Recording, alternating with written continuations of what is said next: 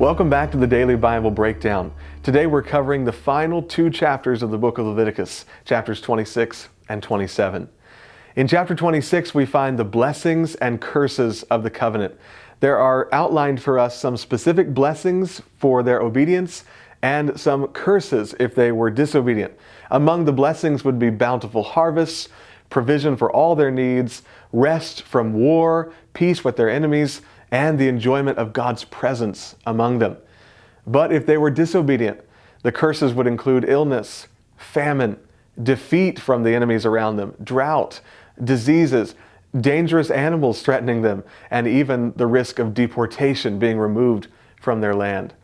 If they obeyed the Lord, He said He would be with them. He would work on their behalf. But if they disobeyed, He would be forced to work against them and ultimately remove them from their land.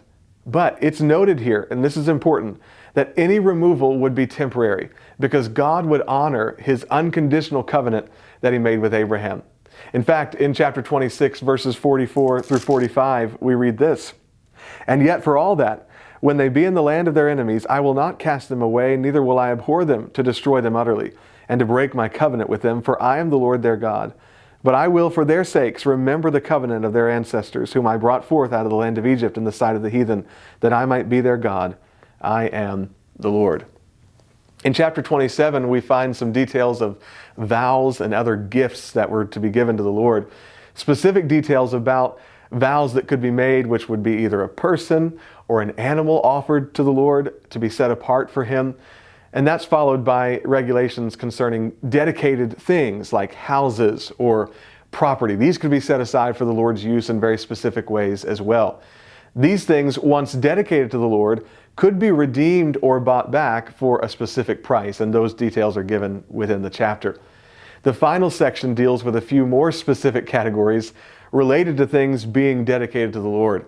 It's said there that firstborn animals already belonged to the Lord, and so they could not be dedicated in this way. And there were certain things that were considered unredeemable or irrevocably given to the Lord, and so you could not purchase them back.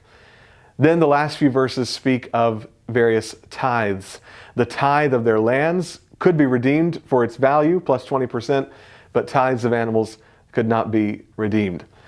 The book concludes with one final reminder of who gave the law, the Lord, who mediated its giving, it was given through Moses, and to whom it was given, which were the people of Israel. And this seems like a strange addition here at the end of the book after we found the blessings and curses. But again, it's one final reiteration of all the specifics God required of them as He was teaching them to be holy as He is holy. That concludes the book of Leviticus, and that's all the time we have for today's Daily Bible Breakdown. We'll see you in the next episode as we start the book of Numbers.